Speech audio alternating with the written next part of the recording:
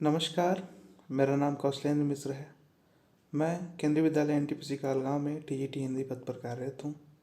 आज मैं कक्षा 8 के विद्यार्थियों के लिए उनकी हिंदी की पूरक पाठ्य पुस्तक भारत की खोज लेकर उपस्थित हूँ। यह किताब, जैसा कि आप देख पा रहे हैं, पंडित जवाहरलाल नेहरू, भारत के प्रथम प्रधानमंत्री की लिखी पुस्तक भारत की खोज का संक्षिप्त रूप है। उन्होंने ये किताब मूल रूप से अंग्रेजी में लिखी थी, जिसका टाइटल था डिस्कवरी ऑफ इंडिया। जैसा कि देख पा रहे हैं आप कि अनुवाद, संक्षेपण और संपादन, इस कार्य में निर्मला जैन, जो कि पूर्व अध्यक्ष हैं हिंदी विभाग दिल्ली विश्वविद्यालय दिल्ली की, उन्होंने यह कार्य किया। इस कार्य को अनुवाद यानी जो किताब अंग्रेजी में थी उसको हिंदी में किया, और संक्षेपण किया यानी कि किताब की मूल बातों को ही, अध्ययन में मददगार बातों को ही शामिल किया गया। हालांकि सारी बातें ही महत्वपूर्ण हैं, हमारे प्रथम प्रधानमंत्री द्वारा लिखी गई, लेकिन इन्होंने कुछ प्रमुख अध्ययन बिंदुओं को और आप लोग के अध्ययन के स्तर की चीज़ों को शामिल करने के लिए इसका संपादन किया। किताब की अनुवादकर्ता, संक्षेपण और संपादन में सहयोग करने वाली निर्मला जैन किताब के बारे में क्या राय रखती हैं, पहले हम इन पर बात करेंगे।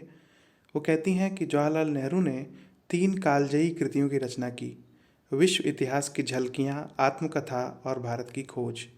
इनमें से पहली कृति की रचना यद्यपि इंदिरा गांधी नेहरू के लिए की गई थी, परंतु उससे भारत ही नहीं, विश्व के युवा मानस को मानव का इतिहास समझने की दृष्टि मिली।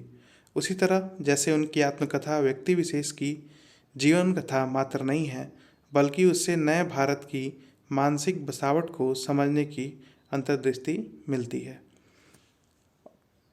भारत की खोज की प्रस्तावना में इंदिरा गांधी ने कहा है कि इस रचना में भारत के राष्ट्रीय चरित्र के स्रोतों की गहरी पड़ताल की गई है। भारत की खोज की रचना 1944 में अप्रैल-सितंबर के बीच अहमदनगर के किले की जेल में हुई। यह पुस्तक 9 अगस्त 1942 से 28 मार्च 1945 के बीच के अपने साथियों और सहबंदियों को समर्पित की गई है। तिथियों का यह चुनाव संयोग भर नहीं है, बल्कि उस दौर की घटनाओं के प्रति नेहरू के गहरे सरोकार की ओर इशारा करता है। पुस्तक की भूमिका में नेहरू ने कारावास के अपने इन साथियों को बहुत सम्मान से स्मरण किया है। कारावास के जीवन की कठिनाइयों और कष्टों के बावजूद उन्होंने असामान्य रूप से योग्य और सुसंस्कृत इन व्यक्तियों के साहचर्य को अपना सौभाग्य माना। साहचर्य मतलब साथ रहना। इस संदर्भ में नेहरू ने अहमदनगर के कारावास में अपने 11 साथियों की चर्चा की है। इन लोगों का साथ उन्हें इस मायने में बहुत दिलचस्प लगता था कि वे केवल राजनीतिक माहौल के ही नहीं, भारतीय विद्वत्ता के, प्राचीन और नवीन भारत के तथा तत्कालीन भारतीय जीवन के सभी पक्षों के प्रतिनिधि थे। उनका संबंध भारत की लगभग सभी जीवित और प्राचीन भाषाओं से था, और उनकी विद्वत्ता का स्तर बहुत ऊंचा था। प्राचीन भाषाओं में संस्कृत और पाली के साथ अरबी और फारसी, और आधुनिक भाषाओं में हिंदी, उर्दू, बंगाली, गुजराती, मराठी, तेलुगु, सिंधी एवं उड़िया शामिल थीं। नेहरू ने लिखा है, मेरे सामने ग्रहण करने के लिए यह तमाम दौलत थी, और एकमात्र बाधा उससे लाभान्वित होने की मेरी सीमित क्षमता थी। अपने साथियों के प्रति कृतज्ञता व्यक्त करते हुए नेहरू ने मौलाना अबुल कलाम आज़ाद के प्रभावी व्यक्तित्व और गोविंद वल्लभ पंत, नरेंद्र देव और आसफ अली का विशेष रूप से उल्लेख किया है। इतिहास और संस्कृति के विभिन्न पक्षों के बारे में इन बंदी साथियों से जो अनगिनत बहसें और बातचीत हुई, उससे नेहरू को अपना दृष्टिकोण स्पष्ट करने में मदद मिली। इस ऋण को भी उन्होंने कृतज्ञतापूर्वक स्वीकार किया है। मूल रचना के बारे में यह खुलासा इसलिए जरूरी था ताकि रचनाकार के केंद्रीय सरोकार और दृष्टिकोण के साथ संपादन नीति को समझने में आसानी हो। इस रचना में भारत के इतिहास को घटनाक्रम में नहीं, सांस्कृतिक यात्रा के रूप में देखने समझने का प्रयास है। अतीत का यह भार रचनाकार की विरासत है, व्यक्ति की नहीं, पूरी मानव जाति की, जिसे उसने हजारों हजार वर्षों की काल यात्रा में जिया, झेला और धारण किया है।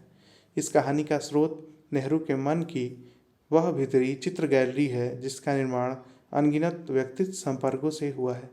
इसलिए व्यक्तिगत तत्व और प्रसंग इसमें अनुपस्थित तो नहीं हो सके, पर वे रचनाकार के मूल मंतव्य का अनिवार्य हिस्सा भी नहीं है। मूल का संपादन करने की प्रक्रिया में हमारा केंद्रीय सरोकार यही रहा कि रचना का कुछ यह अनिवार्य कथ्य सुरक्षित रहे। चयन करते हुए दो तरह के प्रसंगों का समावेश नहीं किया गया, नितांत पारिवारिक घटनाएं और दीर्घ ऐतिहासिक ब्यौरे। संपादन करते हुए सर्वोपरि महत्व भारत की खोज के इस संक्षिप्त अनूदित संस्करण के संभावित पाठक वर्ग के स्तर और अपेक्षा को दिया गया है। यह अनुवाद पठनीय, बोधगम्य और ज्ञानवर्धक हो, पढ़ने के क्रम में संपादन के बावजूद निरंतरता और प्रवाह बना रहे, इसके सुधी पाठक इसकी मूल संवेदना को अखंड रूप में ग्रहण कर सकें, यही हमारा प्रयास रहा है। आशा है पाठक इसे ऐसा ही पाएंगे। निर्मला जैन। जैसा आपने देखा, इसकी अनुवादकर्ता संपादन करने वाली निर्मला जैन ने बताया कि उनकी 3 किताबें जो थीं, तीनों किताबों का अलग अलग महत्व है। तो एक प्रश्न आपकी किताब से इसी पठन के दौरान ही निकलेंगे और आप उनको नोट करते चलेंगे, उनका उत्तर आप खुद से खोजेंगे। पहला प्रश्न है कि जवाहरलाल नेहरू की 3 कृतियों के नाम लिखें। आपने पढ़ा, आप खोजेंगे। आगे कि भारत की खोज का रचना काल क्या है। भारत की खोज का रचना काल क्या है। इसके अलावा अब मुख्य बात है कि नेहरू जब अहमदनगर के किले की जेल में थे तो उस दौरान वहाँ उन्हें विभिन्न साथी मिले। उनकी संख्या कितनी बताई गई है, 11 साथी, और वो विभिन्न परिवेश के, विभिन्न विद्वत्ता स्तर के, विभिन्न ज्ञान स्तर के, विभिन्न भाषा से संबंध रखने वाले लोग थे। उनके साथ चर्चा में निरंतर भाग लेते हुए जवाहरलाल नेहरू ने अपना एक दृष्टिकोण बनाया, प्राचीन भारत की सांस्कृतिक महत्ता के प्रति, सांस्कृतिक यात्रा के प्रति, और उसको एक किताब का आकार दिया। और वो नेहरू ने उनके प्रति कृतज्ञता भी ज्ञापित की किताब लिखने के बाद, और उन्हें ही अपनी किताब लिखने का मुख्य स्रोत बताया। तो फिर हम आगे बढ़ते हैं। अब हम परिचय जानते हैं। हम पंडित जवाहरलाल नेहरू जी के बारे में उनका परिचय जो दिया गया है उस पर बात करते हैं।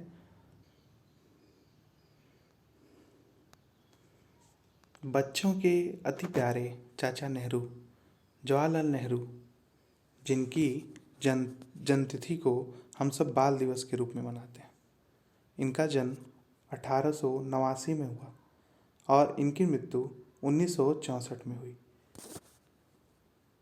सच्चे अर्थों में नेहरू जी आधुनिक भारत के निर्माता हैं।